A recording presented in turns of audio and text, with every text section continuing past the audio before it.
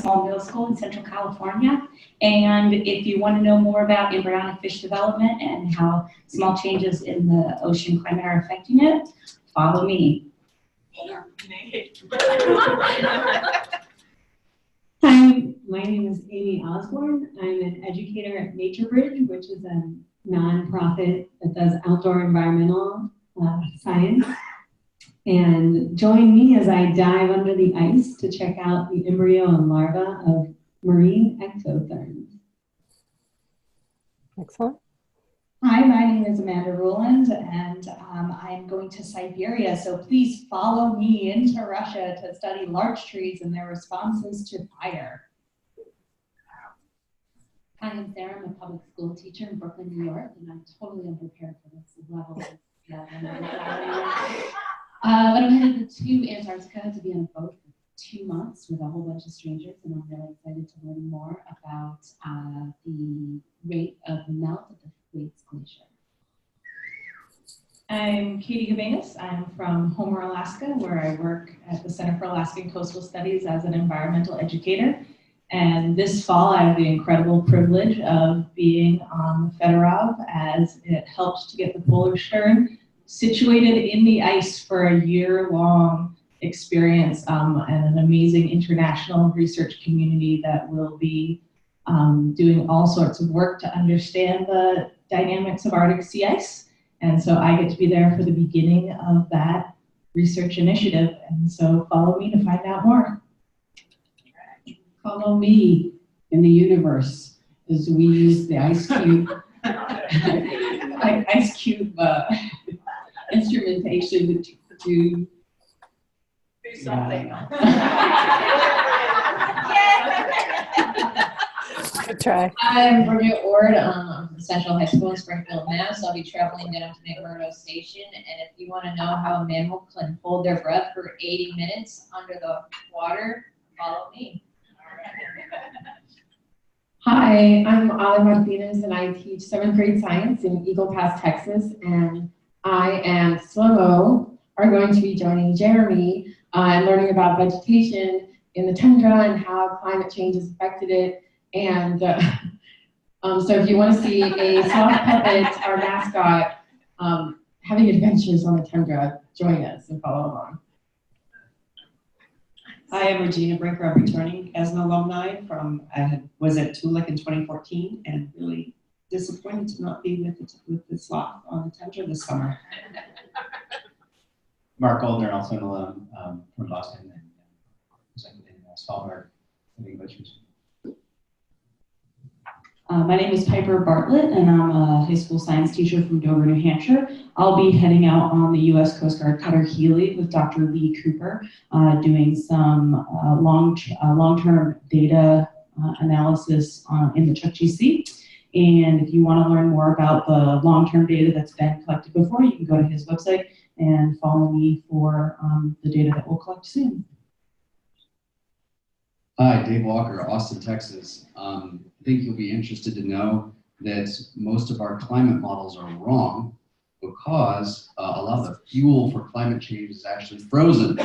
So research I'm going to be doing is looking into actually how that can update our climate models and help us get better interpretation in the future. We lost Tish, it looks like. Should I wait till she comes back so I can introduce myself to her?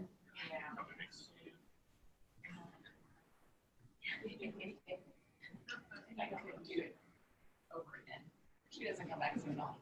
Yeah, we'll see how she does. I think she got bored. So Jeremy, let's see, what are you going to put in your books back there? It's pretty empty. That's okay. It's too noisy for you to hear. I heard, so Jeremy, what am I going to put in what? And behind you there, you got a lot of empty space. Well, I have a full wall of books in Miami that are going to be shipped up. Yeah. So I haven't thrown away a book in years. So. All right. I think we'll have to just keep going because I'm not sure where Tish is. We'll go and then we'll have Jeremy. Oh, there's this.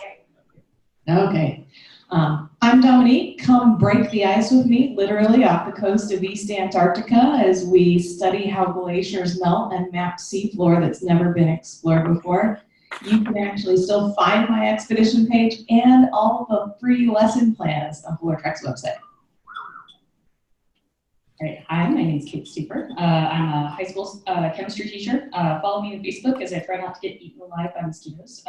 Toolik field station studying the tundra vegetation response to climate change. Hello, my name is Monica Nunez and I teach chemistry at Santa Teresa High School in Santa Teresa, New Mexico. We're located right along the border of Juarez, Mexico and El Paso, Texas. And I'm going to be working with Dr. Craig Tweedy out of UTEP, and we're going to be in Utquigvik, Alaska, studying coastal erosions and the effects of climate change on animal and plant species in the area. So I'm very excited for you to follow me along this amazing adventure. Hi Tish, I'm Sarah. Follow me as I continuously return to PolarTREC over and over again.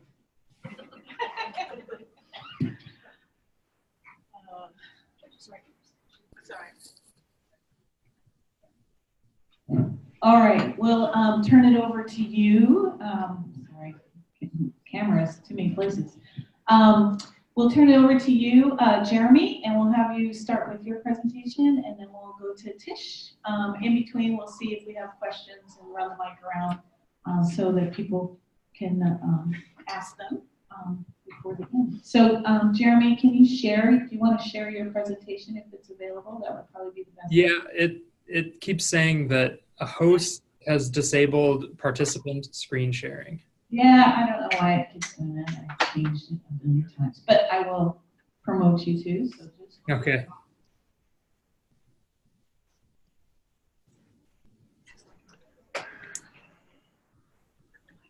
oh, okay. I don't know. You should all be able to share away. Did it get to you yet? Yeah. Here we go. Try that. Yeah. Okay. Okay.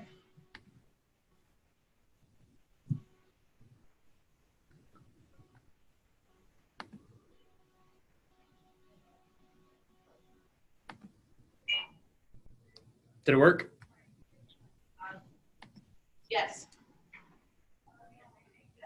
Yes, we're getting there. There? Good? Yep, we got Okay. it. Perfect. So, as I said, my name is Jeremy May, and I'm going to give you a brief Arctic overview of just kind of what is the Arctic, what are the effects of climate change, and then a little bit about what our team is actually doing. So, the Arctic is defined as above 66 degrees, 33-minute latitude. And so this is just a map facing down from the North Pole. It's also been roughly defined as like where the tree line is, because they kind of coincide with each other. The tree line is a little more, it's a little more rough, if you will. It reaches up further in certain places and doesn't, and not as far in others. But that's the general idea of where the Arctic is. So one of the things that gets a lot of news is the loss of sea ice. And so here's some images of the sea ice extent ranging from 1980s to 2016. And you can see that there's quite a bit of sea ice loss. The map that is in the center above those adorable polar bears shows you can see the white and gray, and so the white is older sea ice, and so thicker sea ice, and the gray is thinner sea ice. So you're losing a lot more of the older sea ice. And then when we're talking about sea ice, how that applies to what I do. So I obviously am terrestrial, so I stay on land. I've never actually been out on the Arctic Ocean, even though I work right next to it a lot of the time. the loss of sea ice, you end up with more open water, which causes more wave action, more erosion from the beaches, which I'm going to show some pictures of in a few minutes, but also more humidity and warmer temperatures. So this figure shows the 1981 to 2010 average of sea ice extent, and then the blue line on the bottom that's well below everything else shows the 2016-2017 limit going from November through February. So November 2016 to February of 2017. And it's only progressing worse this year. Not quite as bad this year, but close. So loss of sea ice has a lot of different, controls the environment in a lot of different ways. So one is, we've all seen the pictures of polar bears that are stranded and just polar bears that are starving, which are, obviously terrible pictures. But then on the picture that's on the upper right, you can see that, as I mentioned before, the loss of sea ice creates an ability to be larger waves, and which helps to feed into coastal erosion. And so this is a picture of coastal erosion where you can see where parts of the coast are starting to slough off, and you can see the permafrost underneath the vegetation there. The other thing are these polar vortexes, right? So the sea ice helps to hold down the jet stream, and when there's less sea ice, it gets more loopy, so you get these like large temperature extremes, especially in the continental United States. And then one of the villages that we work in, this is not a picture of that village, thankfully, but a different village, is that as the coastline erodes and sea ice is due to sea ice loss, villages that are living right on the coast have been having to deal with that, right? So this house is falling in from coastal erosion. There are villages in northern Alaska that are moving further inland in order to deal with that. So it's there are very real impacts on the native communities in northern Alaska and everywhere in the Arctic. So the climate of the Arctic is characterized as long, cold winters.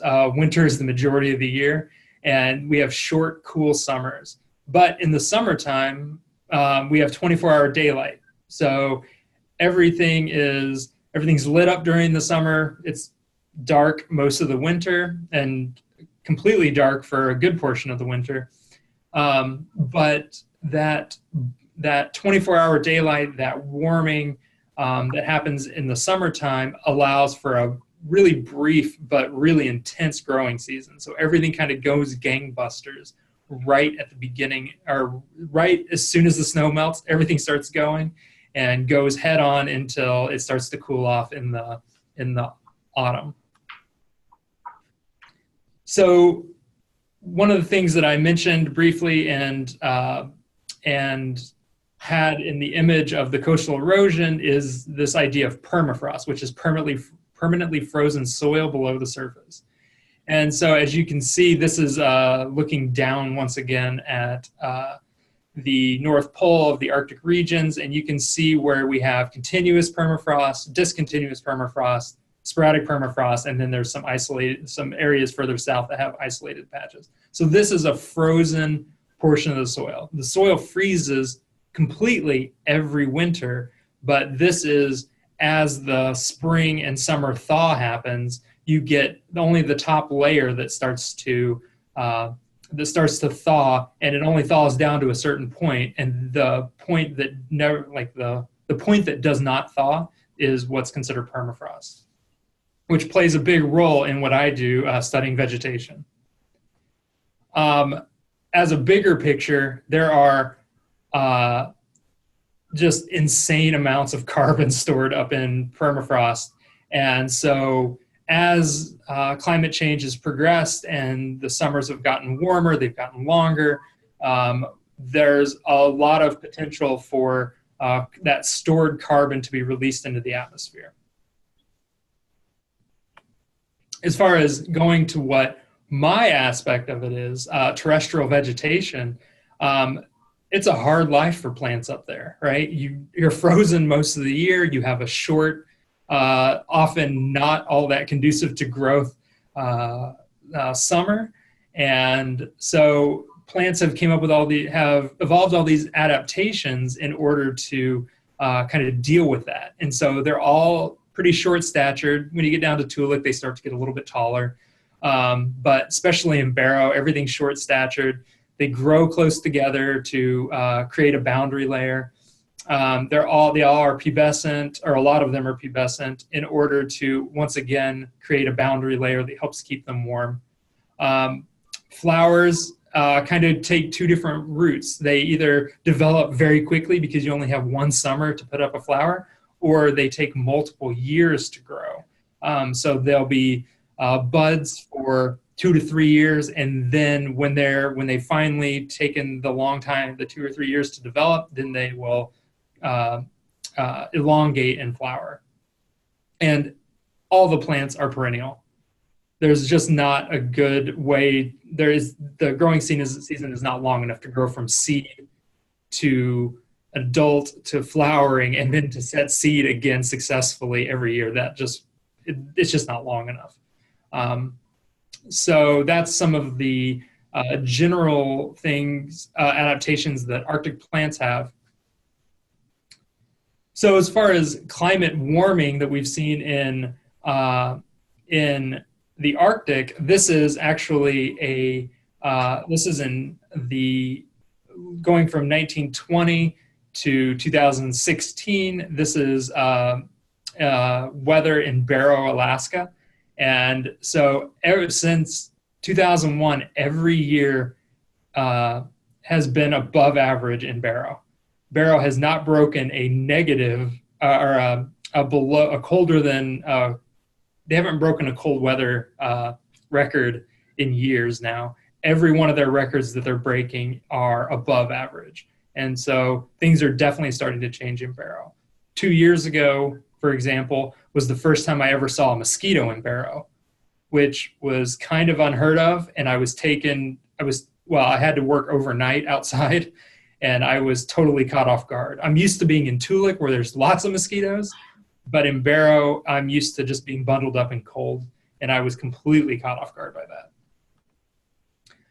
In 2016, I've been up there now this is my 12th year being in the Arctic. And in 2016, mid-July, we had a really high warm spell. And so that was the year that Dead Horse hit 86 degrees. And Barrow broke a record of 66 degrees. And it was insane. I felt like we'd hit the tipping point. That was it. I drove up to Prudhoe about 2-3 days later, and the muskox, as you can see in these pictures, they did not look very happy. Muskox do not like that warm temperatures.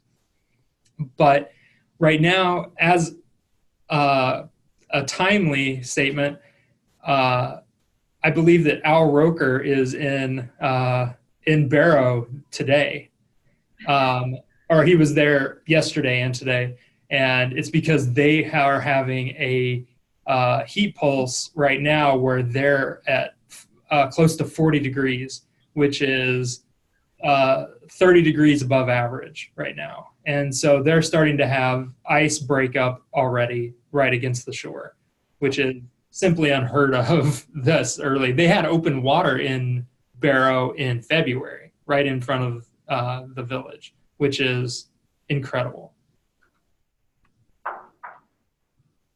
Okay, so going on with that, earlier meltouts. A couple years ago in 2015, Barrow was at 46 degrees Fahrenheit in May. So when we showed up, everything was already melted out. Things were already flowering. And it was the earliest snow melt on record at the Arms Station in Barrow. So this is what we're looking at.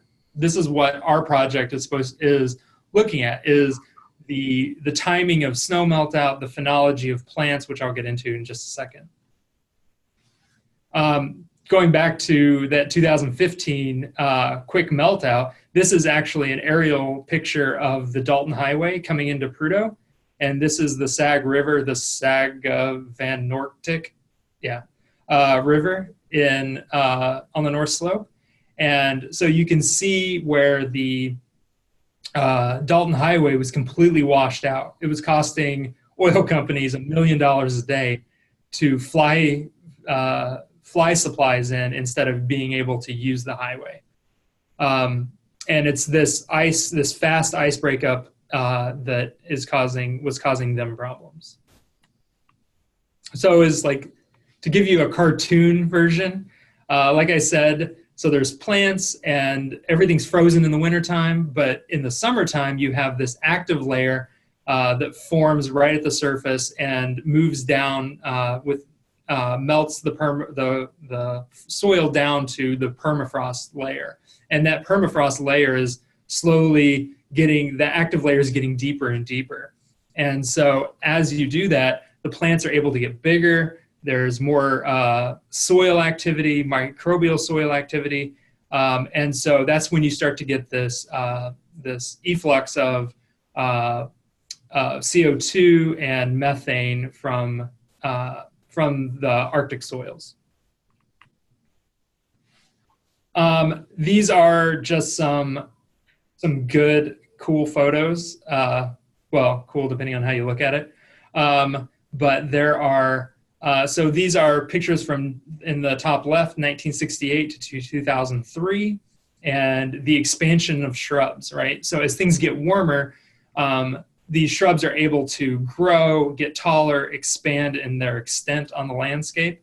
And we have some photos taken from the same place in 1987 and 2013. And you can see that the shrubbiness is increasing. And that plays a lot of, has a lot of control on what happens with the carbon dynamics and everything in the Arctic. And so this is kind of we're starting to get into more what I do. Another thing that a lot of people do, especially in Toolik, is people want to look at this idea of phenological mismatch, right? So this is a figure that I got from a paper a few years ago. And what you see here is the timing of migration of barnacle goose. And they show up at the beginning, they lay eggs, and then as the food quality, right? So the growth of the plants is aligned with the rearing of chicks. But if the earlier spring, if things melt out faster, then you get an earlier migration, you have longer pre-breeding, and there's a mismatch between the hatching of chicks and the food quality. And so then you end up with decreased chick survival. And so this is what some people are working on as far as this mismatch of phenology. So our project is part of the International Tundra Experiment. It has, we're up to like 30 sites now across the Arctic, and where it's warming the tundra and monitoring plants and how they respond to across seasonal warming. So this has been going on since the early 90s, so going on 30 years. But what I specifically do is there's the traditional way of monitoring vegetation, right? So there's a point framing where you drop a pin at different points and you get a cover assessment of what the plants are doing, how tall they are, the growth rates, things like that, which is highly precise, but is extremely labor and time intensive.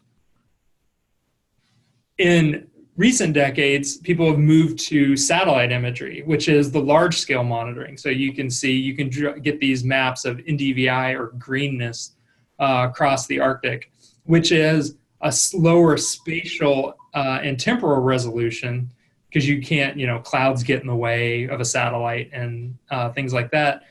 But you can do these large scale across the Arctic monitoring. But what my project does is works on the in-between those. And we do that using a system that was developed on this project that was called the Mobile Instrumented Sensor Platform, or MISP, or what I call the tram, which is a tram, and I'll show you a diagram of exactly how it works.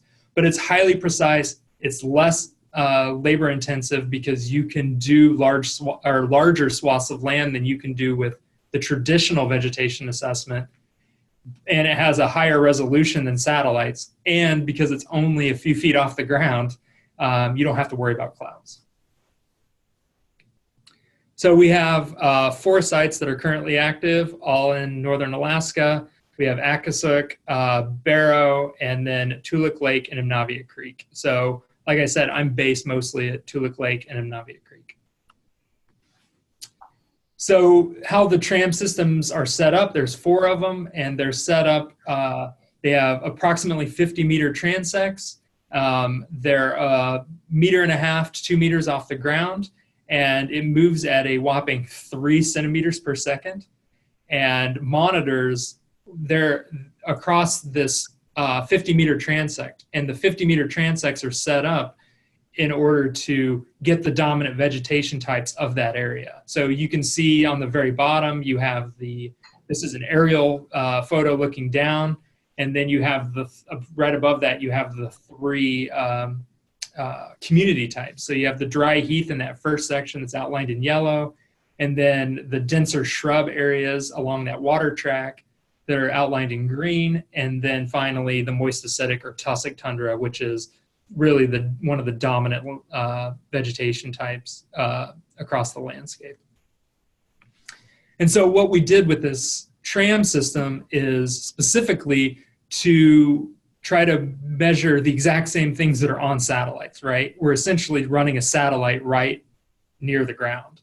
And so we have net radiometers, which we can get albedo or reflectivity of the surface. We have temperature sensors. We have all these spectrometers that do all these things. I'm not going to get into any of this. And then we also have forward-looking infrared thermal cameras. We have 3D cameras. We have a bunch of stuff. This is actually an older image, so we actually have more instrumentation on it now than what we have, than what we did back then. And so every few years we go through and we do the 50-meter by 2-meter transects. We break them up into 10 centimeter squares, and we visually assess actually who is there, right? What the vascular plants are, the cryptogams, which, are lichens and mosses, and then the non-living objects, rocks, what have you.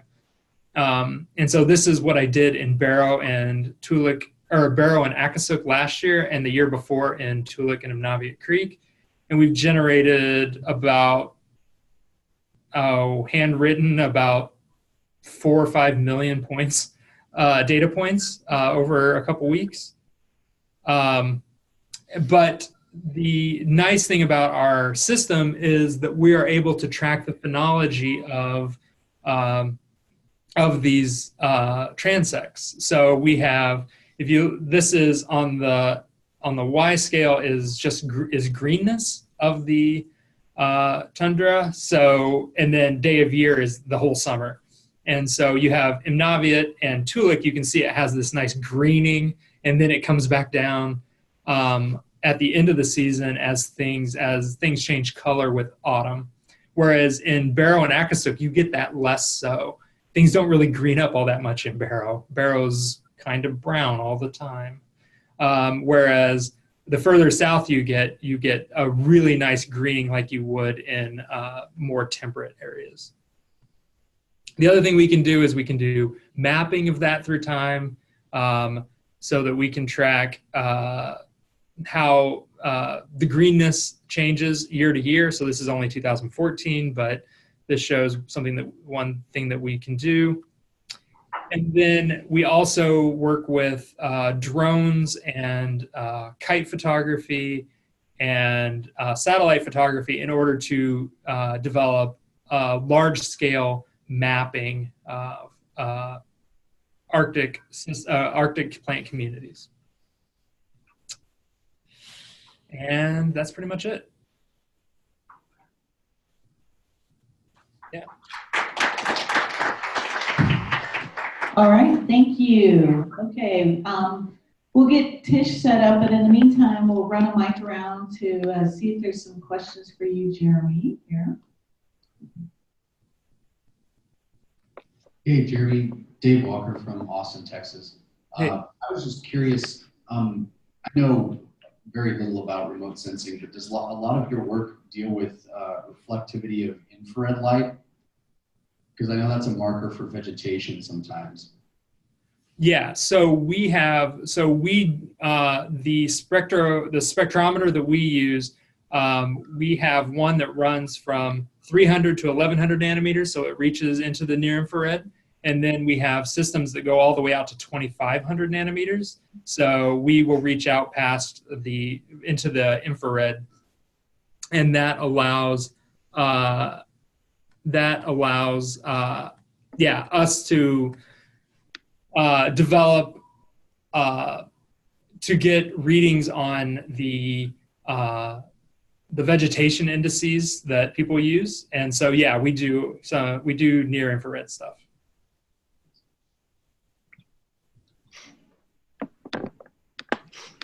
Hi, Mark Oldner from Boston. I'm just curious how you make the decisions about which areas to do your transects. On which areas to monitor? Yes. So we are actually, as part of the International Tundra Experiment, we coupled our sites specifically because they are places that have long-term monitoring that has happened since the 90s. And so our tram systems are set up right there in order to better match those. So there's one in Barrow, there's an ITEC site in Barrow, so we put a tram in Barrow, same in Akasuk and Toolik. And then we did also start in Naviat Creek, but in Naviat didn't have an ITEC site, so we actually established one a few years ago.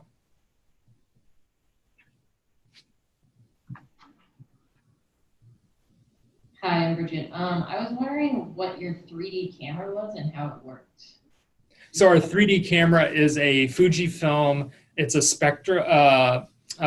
a stereo camera. So all we do with that is it has two lenses that is essentially taking video at, I believe it's 30 frames per second.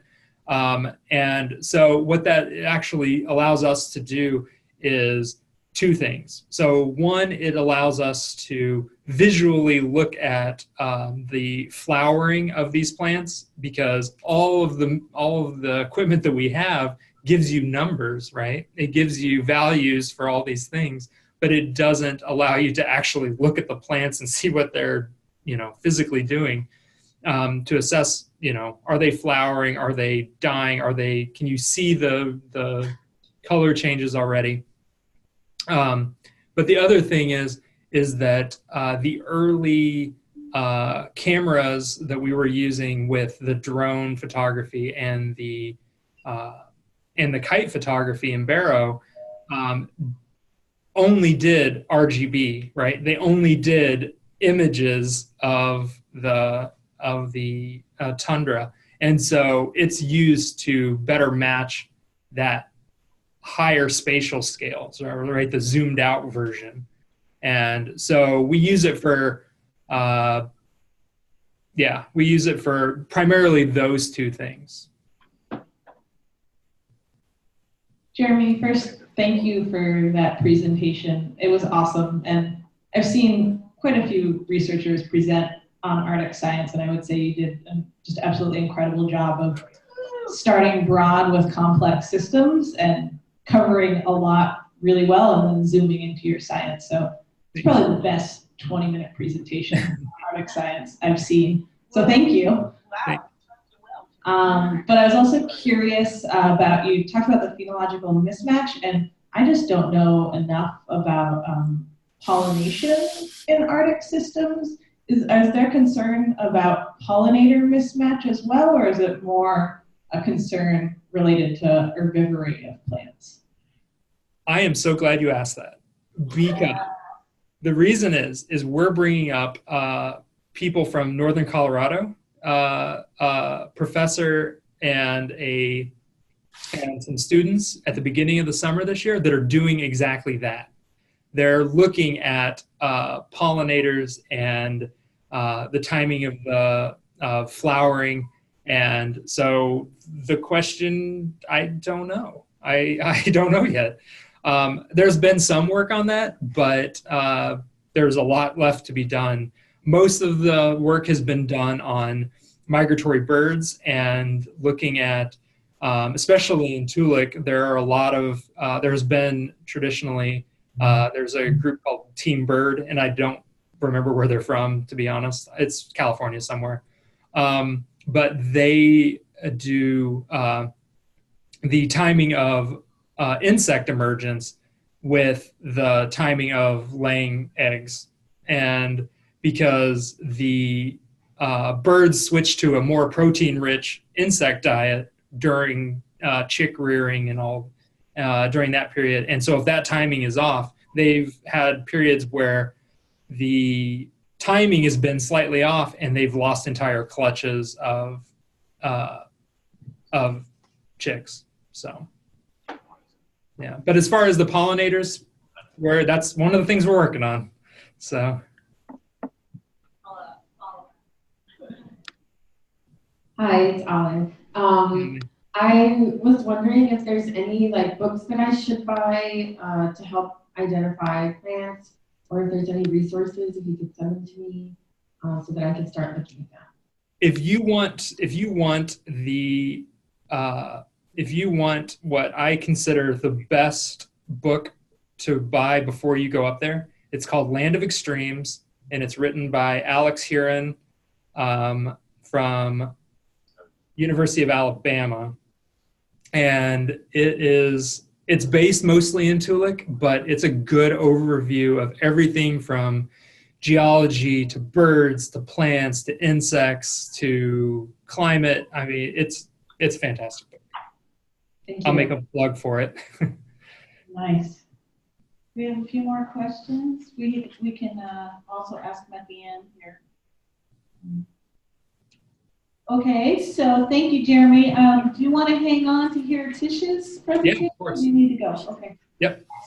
All right, so we're going to change gears here, and Tish, we'll have you share your presentation. Hopefully, I got it so that you can do that. So I'm supposed to look at it on my own computer?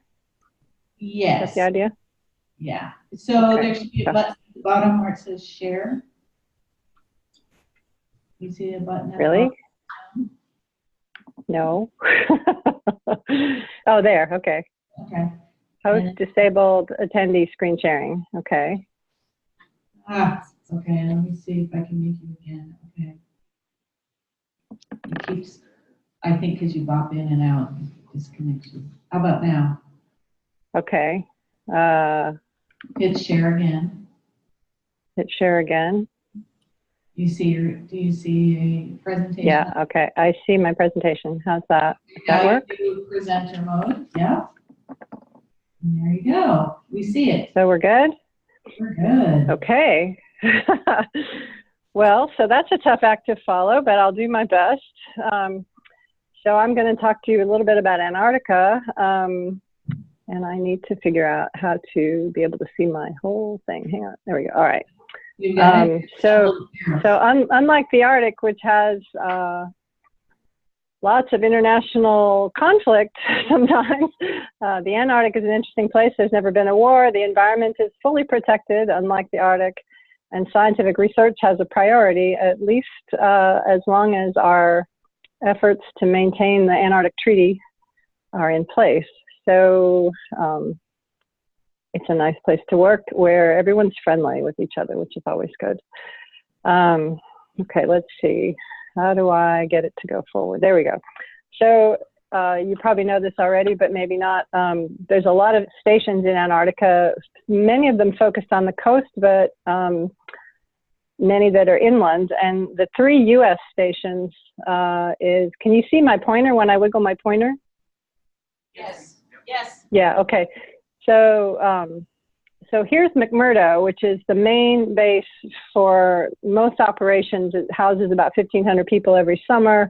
The planes that fly back and forth to New Zealand go into McMurdo, and then they fly scientists to the South Pole Station here, where we have lots of, I heard someone says they're going to do ice cubes, so that's where the ice cube stuff, I believe, is going on.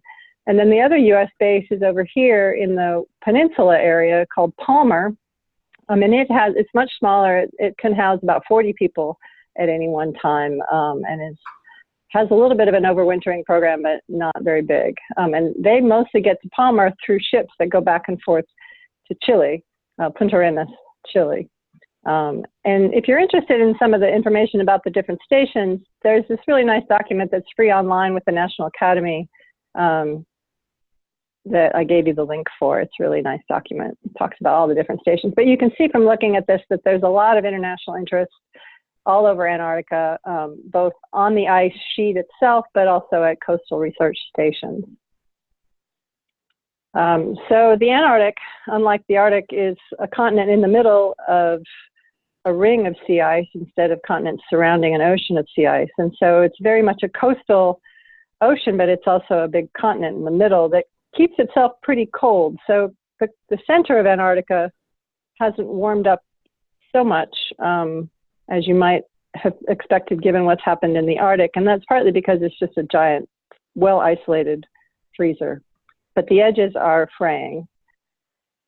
Before I talk too much about ice in the Antarctic, if you haven't thought about this, this is a really nice figure that defines all the different ice in Antarctica. Primarily, the biggest difference is, well, there's 2 kinds mostly. There's land-based ice, which is on the continent, that's made from precipitation, getting harder and harder and turning into glaciers, which eventually makes an ice sheet, so a gigantic glacier. The ice streams are areas where the ice sheet is mobile and are moving. Ice rises are where the ice sheet or ice stream is sort of flowing over a high spot in the rocks. And then the ice shelves are these areas that come down to meet the ocean, where the glacier comes down to the ocean. And most of the time they're grounded on a piece of ice rise or a big part of land. And then they extend out into the ocean as a shelf of ice, many hundreds of feet thick, out into the ocean. And they're sort of floating out there depending on how they're sitting on their ice rise. Icebergs, which you've probably seen pictures of, are broken off pieces of the ice shelf that are now floating away into the ocean.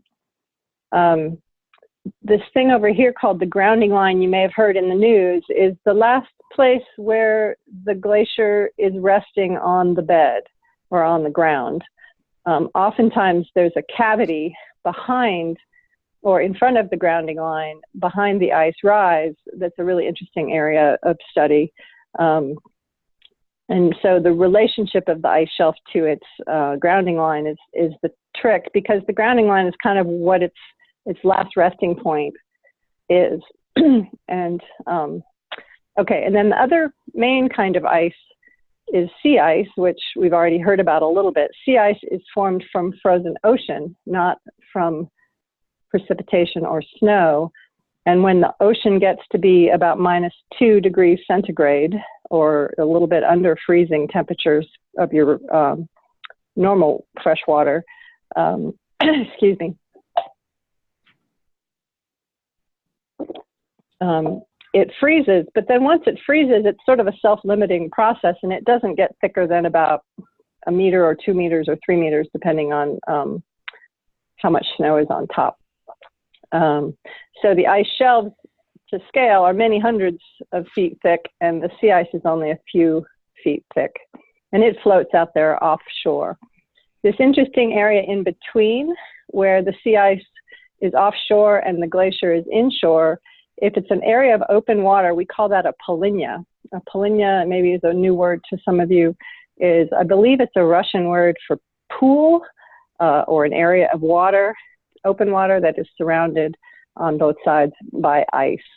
And it describes the open water area in between the frozen sea ice and the frozen glacial ice. Okay, so this is what sea ice looks like. As I said, it's about a couple of meters at most thick. There's often a lot of snow on top in the Antarctic, not so much in the Arctic. So I worked in the Arctic a long time. And when I got to the Antarctic, I noticed that the sea ice was quite different, mostly that there's a lot of snow. There's not so much snow in Arctic sea ice. And then in between the sea ice, you can see is a very happy place for phytoplankton. It looks like dirt, but it's actually diatoms that are kind of a golden brown color. It's a good place to live if you like to be a phytoplankton.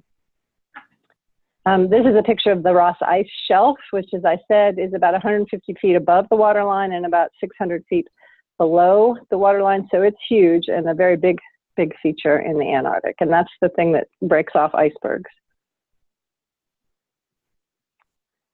So the sea ice story in the Antarctic is similar to, but different from the Arctic. If you look at I didn't put it in here, I should have, the time scale or the time change of sea ice in the Antarctic, it's pretty stable if you integrate over the entire continent. So if you add up all the sea ice all around the entire continent, it stayed fairly stable over time. But that's a little bit hides the really interesting story, which is there are parts of the Antarctic, particularly the Western Antarctic, where the sea ice is disappearing as fast, if not faster, than the sea ice in the Arctic. And there are other places in the Antarctic, namely the Ross Sea down here, where we're actually building up ice, more ice than there used to be. And I always love to ask the kids that I talk to, well, if you're a seal, where would you rather live? Would you rather live in a place where the sea ice is going away or a place where the sea ice is building up? And they do have to think about it, and some of them will answer one and some will answer the other. And in fact, neither one is particularly good for seals, because if there's more sea ice than there used to be, you can't get to your food, which is in the ocean. And if there's less sea ice than there used to be, you don't have a place to haul out, and maybe you don't have access to as much krill because the krill tend to concentrate around the ice. So anyway, it's interesting to look at so this figure, the blue areas, the really dark blue is, this is a trend in days per year over about, 30 years almost, 25 years of time using satellite data. And the 6 days per year over 25 years, you can do the math. That's quite a few days. That's like almost 3 or 4 months more open water, more polynya time than before in the 70s. So the sea ice in the area around the West Antarctic Peninsula and the Bellingshausen Sea and the Amundsen Sea, which I'm going to tell you about more later, has really, really declined. There's a lot more open water. There's 2 or 3 more months of open water there now than there used to be in the summertime. And similarly in the Ross Sea, there's more ice cover now by 5 or 6 more days per year over 25 years than there used to be. So I don't know if you remember that in the news a few years ago, there was a tourism boat that got stuck in the ice and had to be rescued by the Chinese, and then the US had to help, and it was kind of a mess. They were trying to reenact a trip from 100 years ago when there was actually less ice there than there is today. So more ice isn't necessarily better for whatever it is you're looking at. It's still a climate change. That's why we don't use global warming anymore. We talk about climate change, because in some places it's actually getting colder. The reason for this variability, I don't want to get into too many gory details, but the reason for this is a change in the wind that's being driven by climate change. And so there's more warm winds coming to this part of Antarctica from the north that are coming down and melting the ice. But those same more winds are then crossing the continent where they get very, very cold. And those same more winds now, more cold winds, are heading offshore. Here it's called the Amundsen Sea Low, and it's a polar vortex kind of situation. So you're getting more cold winds in the Ross Sea area and more warm winds in the Western Antarctic. So at the same time that we're losing sea ice, we're also losing glacial ice. This is a plot from Eric Rignow's 2008 paper, which is getting older now, but I just wanted to sort of introduce you to the idea that there are lots of glaciologists working in Antarctica talking about the loss of glacial ice as well as the loss of sea ice. And again, the hot spot is really the West Antarctic area. I heard one of you is involved in the Thwaites, and I'll again sort of talk more about the Amundsen Sea in a few minutes. But the Thwaites Glacier is, let's see if I can get my thing, is right here. And it's sort of the center hotspot of all of West Antarctica where the ice mass loss is occurring. We're also starting to see some mass losses over here on the eastern side in the last couple of years since this paper came out. So here's the Amundsen Sea embayment, which everyone in the US and the UK, at least right now, are focusing on. The Thwaites Glacier, which is this one right here, coming down to the Amundsen Sea. The Pine Island Glacier is also a rapidly moving glacier. There's also the Haynes, the Pope, the Smith, and the Caller. We worked when I was down there. So offshore are these polynyas from the glaciers. This is the Pine Island polynya. The area of black is open ocean. And then here is the Amundsen Sea polynya, also again, open ocean, right at the edge of these glacial ice sheets. Okay, and if you want to look at how much is melting, these are some maps, excuse me, from not too many years ago, showing the change in the ice flux, ice flux per year increasing with time as you go from 1980 to 2010. Pine Island was the one that everybody was really, really worried about in the early 2000s. And then the Thwaites is in green. The Haynes, the Crossan, and the Dodson are also accelerating, but they're much smaller amounts. So this scale you can see is in the hundreds. This is in the tens. If you add them all up together, all the glaciers in the Amundsen Sea embayment are adding up to about 340, 350 gigatons of ice coming off of these ice sheets every year. A gigaton, or 360 gigatons, contributes about 1 millimeter to sea level rise, and currently the global sea level rise is sitting around 3 millimeters per year. So this one place in Antarctica alone is contributing about 1/3 of the sea level rise. Okay, but if you're like me, you don't really think in gigatons of ice. That's kind of hard to get your head around. So I like to convert it into elephants because most of us have seen an elephant. A male African elephant is about 7 metric tons. So a gigaton is 100 million African elephants. I don't know if you can get your head around 100 million African elephants, but so that means 350 gigatons is 50 billion elephants each year falling off of this part of Antarctica into the ocean. That's a lot. So it's a lot of water flowing, and it's accelerating, it's increasing, and so that's why we're worried about it. We're really worried about it if you sort of look at, this is from Eric Rignow's most recent talk he gave on the National Academy, was a public broadcast last week, and I grabbed a screen grab. So he's done the ice mass calculations to see, okay, if this whole thing melts, how much sea level do we commit, or sea level rise do we commit to? And so the Amundsen Sea level rise commitment is what he calls it, is if this whole thing goes, that's 1.2 meters that we're going to add to the ocean around the world. The West Antarctic Peninsula is contributing about 0.3 meters. The other big one here is potentially contributing up to 2 meters, but he was saying how stable this one is because it's where it sits is sort of away from the really big warming. But he also pointed out the Totten, which is sitting over here in the east, where everybody thought was stable. And boy, oh boy, the Totten, which is starting to increase its rate, is potentially capable of contributing up to 4 meters of sea level rise. And this is compared to Greenland, which we're also very worried about. But Greenland only totally adds up to about 3 meters. Antarctica could be up to 22 meters of sea level rise if the whole thing goes, which we kind of hope doesn't happen. Eric was conservatively saying on Wednesday night that a meter and probably 4 meters is highly probable before the end of the 22nd century, 21st century, 2100. And he pointed out, since he lives in Irvine, that both the San Francisco airport and the Oakland airport would be underwater at that point. So he says we have less than 30 to 50 years to get our act together here.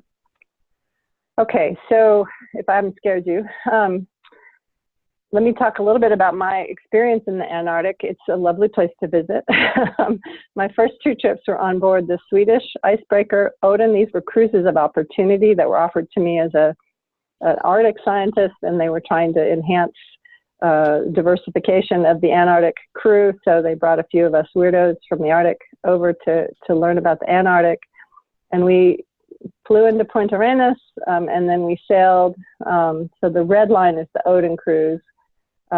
We went all the way around to McMurdo, where the Odin was then hired to break into McMurdo to get the supplies by barge into McMurdo by ship.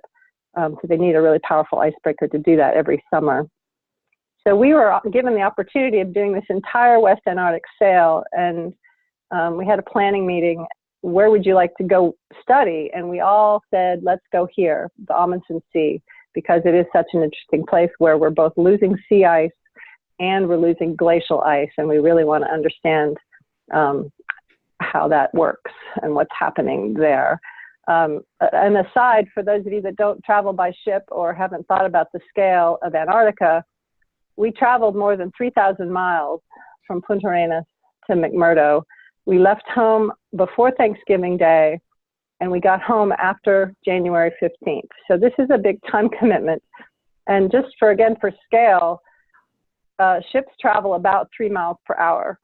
And so we literally drove across the United States in terms of distance at about 11 miles per hour. So kids love that because they remember the summer trips, where dad and mom drove the car forever and ever and ever, like across the country. And it took 5 days to get across the United States. And I'm like, okay, yeah, well, we did that. And we took 2 months because we were driving at 10 or 11 miles per hour because an icebreaker doesn't go very fast. So it's a big, big scale. And it's a big commitment to be on these icebreakers. There are ways of working, and depending on the team you're with, just working in the peninsula or working in McMurdo or working at South Pole Station. But if you're going to get on a ship, often you're at least committed to about a month to 2 months at sea. This is the bottom of the Odin. I was given the privilege of looking at it when it was in dry dock in Sweden right before our cruise. And it's shaped like the belly of a whale. And it almost slides up on top of the ice and cracks through it. Unlike the U.S. vessels, which tend to be kind of wedges, they sort of bang at the ice by pointing a sharp knife edge towards it. This one is more get up on top of it and crack through it. But here we are at sea that first summer in 2007. This is Lolly Garay, who was the PolarTREC teacher that went with us. She had her mascot as well. Lolly's kind of famous. She's also been with me to the Amazon River Plume and also to Barrow a few times to work on an Arctic project that we did. So she's been a good partner for many, many years. And I encourage you to stay in touch with your science PIs over the years, because it's a lot of fun once you build the relationship. So this is the Odin again. You can get off the Odin really easily with a little ramp. We got off as often as we could. And usually when you get off, and this is what it looks like inside. It's a little bit like living in Sweden. You have to take your boots off when you go in the door. This is my room. If you wonder what life is like on a ship, it's, twin beds and little tiny desks and not much space. And there's the head. We call bathrooms our heads. The best thing about my room really was the view out the window. Here's where we ate, kind of like a cafeteria at your school. Long line with trays, and you pray for a good cook. The Swedish cook, of course, was awesome, although she was a little challenged by my vegetarian requirements. I had falafel every other night and broccoli quiche every other night, alternating. So 2 months of that got kind of old, although the pork and potatoes that everyone else was eating seemed to get old for them too. So you just kind of live. You're not there for the food. It's not a if you want to go on a cruise ship, you should go to the Caribbean and enjoy those kinds of cruises. This is much more sort of Spartan. So these are what we do from the ship. We send things overboard and sample either the water. This is a big array of water bottles that go down open, and then you electronically close them at whatever depth you want to collect the water. Underneath is an electronics package that measures the temperature and the salinity and the pressure and some other things, sometimes like oxygen or PCO2 or some other things. And you send it over the side and you bring back the water. The Odin was a little bit badly designed. It's much more of an industrial ship. So we had a little bit of a hard time getting our CTD, is what we call this thing, over the side because it was so high off of the water, the way it was designed. The water was a long way down. So we actually broke and lost a couple of CTDs that cruise, which was a little bit of a problem. But it was still a lovely boat. You get off the boat and here's the curious critters who come see, hey, what you doing? And you're not supposed to touch them. You're not supposed to approach them, but they have no fear because there are no predators, unlike the Arctic. The predators are all in the ocean. There are no predators up on the ice at all. So they're completely fearless. The seals are the same way. And so you're not supposed to approach them, but you are certainly able to sit there and let them approach you. And it's quite delightful, I have to say. I used to be a polar bear fan and total snob about polar bears, and now I'm kind of a penguin groupie. So this is also, you get off the boat sometimes either in this little cage or you get in a Zodiac, or some of the boats have these sort of small boats that you can get into and get away from the ship to sample. We got off the boat a lot and drilled through the sea ice to sample either through the ice or to sample the ice itself. We used an auger to cut the hole, but we could also drill. This is called a Kovacs ice drill that takes a core of ice, and you can see at the bottom of the ice often is this layer of brown stuff, which you think is dirt, but it's not. It's algae living happily in that ice core. So my third trip was on the Palmer, which is the U.S. vessel, and we were put on this vessel because it's actually a much better oceanographic research vessel. It's better designed for doing the sampling in the ocean. It can hold station in the middle of open water of the Polinia when the wind is blowing 20 knots. It doesn't just drift through the water and drag the instruments behind it. So we took it for a full science-based cruise to the Amundsen Sea. And Lolly was also our assigned one, but she didn't actually get to go on the boat. She just did it remotely for us. So we just talked to her a lot from using we sent her pictures and we talked on the phone a lot. And she made a blog for us for this cruise. This ship, as I said, it's huge. It's about as large as a football field, so 100 meters long and 7 decks high. And it's, again, really well designed for scientists, lots of labs and cold rooms and things. This is the instrument, again, that we put in the water, the CTD with the bottles. And these were trace metal clean bottles, which is a very special kind of bottle that has no metal on the except aluminum on the frame, and so you can measure iron concentrations really well without measuring your own dust cloud. Iron is hard to measure in the ocean because we're kind of messy. We're like Pigpen. We're living in our little iron dust cloud. You know, the zippers on your clothes and everything we have has metal in it, and so you have to be really, really clean if you're trying to measure what we call trace metals or very low concentrations of metals in the ocean. So that's an interesting job. What we were doing down there was looking at the productivity in the Polinia as a result of what looks to be iron fertilization from the glaciers.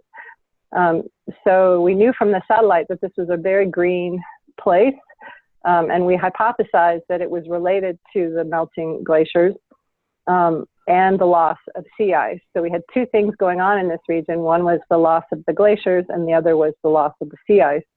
And how would that affect the phytoplankton and the ecosystem in this region that was known to be the highest primary productivity in all of Antarctica? And this is the greenest place I have ever been. I've been in the Amazon plume, I've been in the Arctic, I've been all over the place. This is like a cyanobacteria bloom in a pond, in like a farmer's pond. It's the highest concentration of chlorophyll I've ever seen anywhere. So crazy, crazy place. So the question is why? What's going on? How much time am I doing? The basic take-home answer is that the warm Antarctic circumpolar current, which is 2 degrees. When I say it's warm, it's like your refrigerator. It's like putting ice cubes in your refrigerator. This 2-degree water is getting blown increasingly because of the changing winds due to climate change. The same winds that are melting that ice from the air are getting blown onto the continent, where they're getting up underneath that ice sheet and melting it from below. So when Eric Steig did the original sort of why is the Antarctic melting, he just looked at the air temperatures, and yes, indeed, the air temperatures are warmer than they used to be, but it wasn't enough heat. When you did the math to calculate how much extra heat was going to the glacier and melting it, he couldn't add it up. He couldn't make the budget balance. So we had to look for another source of heat, and that is the ocean. And this happened about 2010 when we were there for the very first time. Were we figuring out that the Antarctic circumpolar current is why these glaciers are melting so fast. And it's because this warm water gets up. So the interesting thing about Antarctica is that the continental shelf actually tilts towards the land. Most places, the continental shelf tilts towards the ocean. Here it's tilting towards the land because of the weight of the glacier. So once that warm water sort of spills over this shelf break out on the outer edge, it kind of pours and cascades all the way down to the bottom, down here where the ice sheets are sitting. And that's causing that warm water to come up underneath the ice sheet. And here's another cartoon of the circumpolar deep water coming up, following those troughs down to the bottom and melting the ice sheet from underneath. So that's why the glaciers are melting so much. What nobody was really worried about or thinking about until we came along was, well, what happens to that plume of water once it's melted the glacier? Where does it go? And so we've been trying to understand how this plume of circumpolar deep water, when it gets up underneath the glacier, what happens to it after that is that it's now more buoyant. It's entrained, it's pulled in all this fresh water from the ice, and that makes it warm and fresher. And just like oil at the bottom of a salad dressing bottle rising to the top, this water that's now was deep water and is now mixed with some glacial meltwater comes shooting out from underneath the ice shelf, almost like a jet. The volume we measured was about the volume of the Amazon River coming out, and it's not purely fresh water, it's ocean water that's mixed with fresh water, coming out like a jet from this corner of the Dodson ice shelf, where it's introducing iron and other nutrients to the surface ocean, triggering this big phytoplankton bloom. And so we've been trying to understand if the ice melts more, what's going to happen to the ecosystem offshore? Is this bloom sustainable, or is it going to crash? Because what's interesting is the other thing that might happen is if this sea ice continues to melt and the phytoplankton can't bloom, this deep water also has a lot of carbon dioxide in it. And so if you bring deep water to the surface without at the same time having a phytoplankton bloom, that carbon dioxide from the deep water is going to outgas to the atmosphere and accelerate climate change. Okay, so I think I'll end there. I have a million more slides sort of about life at sea and all the critters that we see, but I think I'll stop there and just let you ask some questions, focusing on the idea that melting ice sheets impact more than just sea level. They also impact the ecosystem. Okay, great. Thanks, Tish. We do have some questions, so Sarah will run the mic around, and we'll, yeah, go ahead. Regina has her hand up. That's what you first did. All right. Thank you, Tish, for all that information. It was really interesting. My name is Regina Brinker. I'm an alumni. And with that ice melt and the mixing of water, how is that affecting the salinity of the ocean at that site? Well, so it's freshening it for sure. And that's going to have an impact on a lot of things. There's a really cool data set, actually. One of the physical oceanographers who's been working in Antarctica for about 25, 30 years, he has this place in the Ross Sea called the Ross Sea Time Series Station. And every ship that goes by towards McMurdo stops at the Ross Island Time Series and measures the salinity profile for him. And I can send you, if you're interested, the salinity profile that we've been measuring over and over again for the last 30 years, and it's getting fresher and fresher and fresher as this fresh water comes off of the ice sheet and goes into the coastal current and winds its way around Antarctica. So we definitely know that we don't have a time series for the Amundsen Sea because you might have noticed there's no research stations in the Amundsen Sea. It's about as far away from humanity as you can possibly get. There's no stations there. All the Koreans talked at one point about putting a station there, and it's just logistically too hard to get to. So we don't have that much data for the Amundsen, but we do have this Ross Sea station.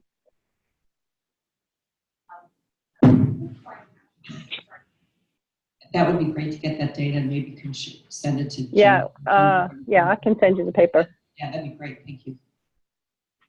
And I think we just got a question of where are you located, Tish? Physically at this moment? I think so.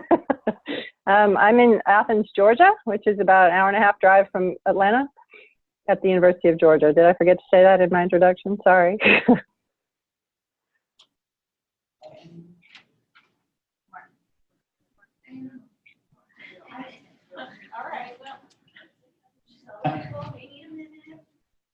Hi, Mark Oldner, PolarTREC Orientation. I noticed that you had that slide that showed the rate at which the glaciers are moving seems to be increasing. I'm curious how you measure that. How the glaciers are moving? How fast? Yeah. Okay, so that's not my work. My work's mostly in the ocean, but Eric Rigno at the University of California in Irvine is the guy who presents those data, and I believe he does it a couple of different ways, mostly looking at photographs or satellite images of the same place over and over again. You can watch little marks on the ice move along. Do you think that's right, Jeremy? I think that's how he does it. He takes pictures or visual images of it and follows the features as they move along. I think they also have other ways of actually doing the velocimetry, but I think it's mostly through repeated images. Yeah, I think that's how, that's how most of the coastal erosion stuff is, and a lot of the Arctic glacier stuff is. So I assume. Yeah, satellite goes around and around and takes multiple pictures. They also have Ice Bridge where they have the same area flown over by airplane multiple times.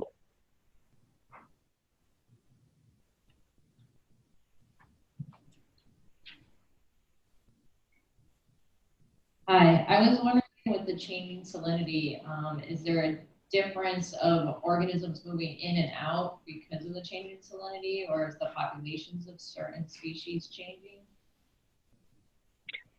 Well, again, we don't have a lot of data. We haven't been there until the first time we went in 2007 and looked at the biology. Any work that had been done there before was mostly physics. And what we know from our measurements in the Amundsen is that it's mostly a phytoplankton called Phaeocystis, which is a colonial haptophyte, which makes kind of gloppy colonial bloom stuff that's full of mucus. It's very hard for the zooplankton to eat it. And so that's one of the reasons we think it actually builds up as densely as it does. What we think happens is when the sea ice is there, you get a lot of diatoms living in the sea ice, and then they seed into the water column in that sort of marginal ice zone where it looks kind of slushy and golden brown. So the diatoms prefer the sea ice and the marginal sea ice. The Phaeocystis likes the open ocean.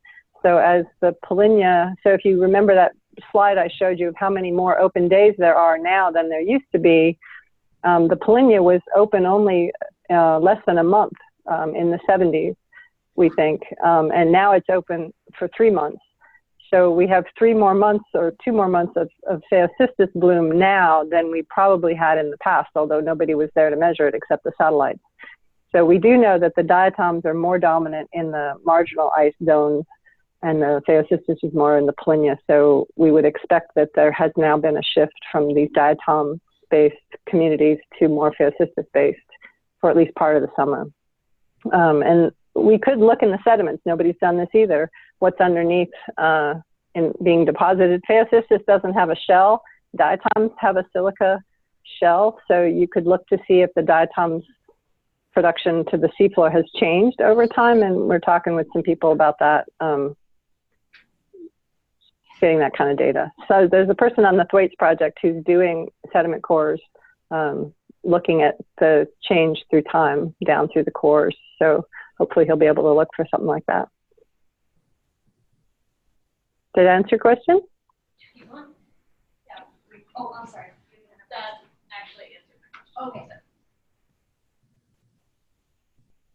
The interesting thing about the critters, most of the critters you see from a ship are associated with the sea ice. And so you have the ice algae, you have the krill, then you have the crab eater seals and the penguins, and they're all eating the krill that's associated with the sea ice. We don't see a lot of wildlife out in the open Polynya so much. The whales don't like to come near the ships because we make a lot of noise. So it could be that there's whales out there feeding on the open water Polynya productivity. But mostly, you know, I think the marginal ice zone is really productive in ways that we're starting to lose as the sea ice disappears. So even though it's very green, it's not necessarily happy for the penguins and for the crab eater seals.